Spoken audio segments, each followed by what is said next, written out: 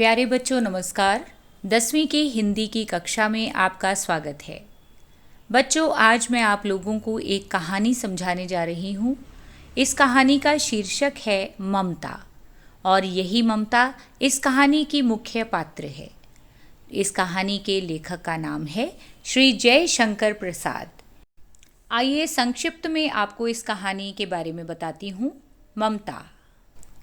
बच्चों ममता जयप्रसाद की एक प्रसिद्ध ऐतिहासिक कहानी है।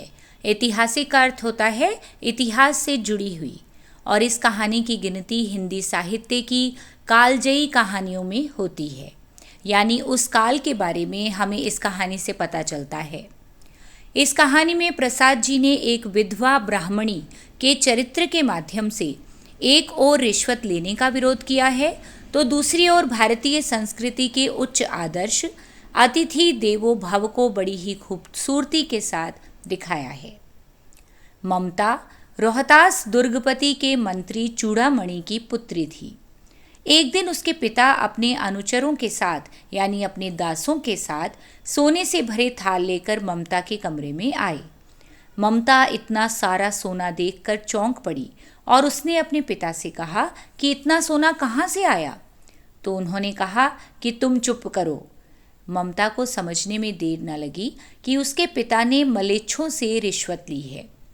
बच्चों उस समय युद्ध चल रहा था तो वह समझ गई कि उसके पिता ने रिश्वत ली है।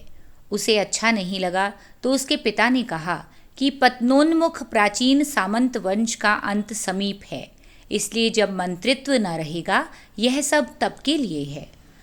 बच्चों उसके पिता ने उसे समझाना चाहा कि अब सामंत वंश का तो नाश होने वाला है, तो यह धन संपत्ति उस समय के लिए है जब मैं मंत्री नहीं रहूंगा। लेकिन ममता ने इस रिश्वत को ईश्वर के प्रति दुस्साहस बताया। दूसरे ही दिन उसका पिता चूड़ामणि पठानों के हाथों मारा गया तथा राजा, रानी और खजाना शेरशाह के हाथ लगे। किंतु ममता भागने में सफल हो गई और दूर कहीं खंडहर में रहने लगी। बच्चों खंडहर कहते हैं ऐसी इमारत को जो बहुत ज़्यादा पुरानी होती है और टूटी फूटी अवस्था में होती है।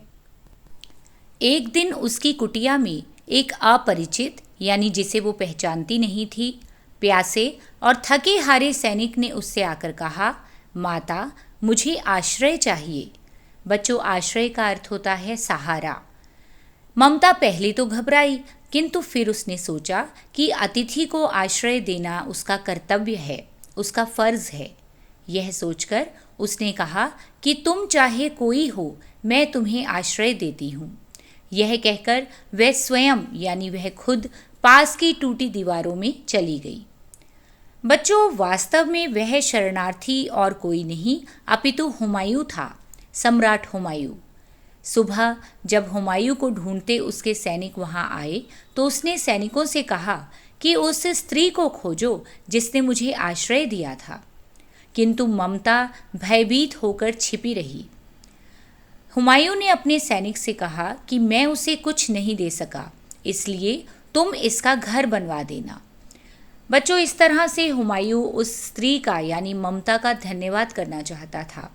वह एक मुगल शासक था और वह उस स्त्री का शुक्रिया अदा करना चाहता था जिसने उसे शरण देकर उसकी जान बचाई। यह कहकर वे चल दिए।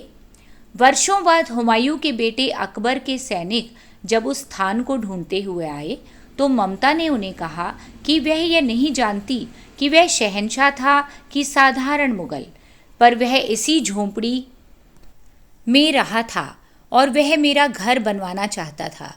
किंतु मैं झोंपड़ी खुदवाने के डर से भयभीत थी, डरी हुई थी। बच्चों ममता उसी खंडहर में रहकर खुश थी और वह सारी उम्र इस डर से घबराती रही कि कहीं उसकी झोंपड़ी को तोड़ फोड़ कर कोई घर न बना दिया जाए। उसने आगे कहा कि अब तुम यहाँ मकान बनवाओ या महल। यह कहकर उसके प्राण निकल गए, यानी उसकी मृत्यु हो गई। वहाँ फिर एक अष्टकोण मंदिर बना, यानी 8 कोणों वाला एक मंदिर बना जिसमें लिखा था, सातों देशों के नरेश हुमायूं ने एक दिन यहाँ विश्राम किया था। उनके पुत्र अकबर ने उसकी स्मृति में यह गगनचुंबी मंदिर बनवाया।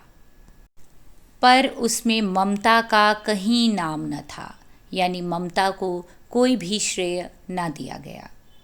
इस प्रकार भ्रष्टाचार का विरोध, यानी गलत आदतों, गलत बातों का विरोध जो ममता ने अपने पिता के लिए किया, पथिक को आश्रय देना, यानी यात्री को सहारा देना, आश्रय देना, अपने घर में रखना, परोपकार का बदला न चाहना, जिस तरह से ममता नहीं चाहती थी कि उसका घर बनाया जाए, आदि बातें इस कहानी की विशेषताएं हैं। कहानी की भाषा संस्कृत निष्ठ है किंतु ग्राह्य है, यानी भाषा में कहीं कहीं संस्कृत शब्दों का प्रयोग किया गया है, किंतु वह आसानी से ग्रहण की जा सकती हैं, अपनी भाषा में स्वीकार की जा सकती हैं। तो बच्चों, उम्मीद करती हूँ कि आपको कहानी ममता अच्छी तरह समझ आ गई होगी। इस कहानी का अभ्यास आप नीचे डिस्क्रिप्शन में पा सकते हैं। इसी प्रकार अपनी कक्षा से जुड़े हुए और वीडियोस देखना चाहते हैं तो मेरे चैनल को सब्सक्राइब करना मत भूलिएगा और बेल आइकन दबाइए, ताकि जब भी मैं कोई नया वीडियो पोस्ट करूं तुरंत आपको उसकी सूचना मिल सके। इसी प्रकार मन लगाकर पढ़ते रहिए और ज़िंदगी में आगे बढ़ते रहिए। धन्यवाद।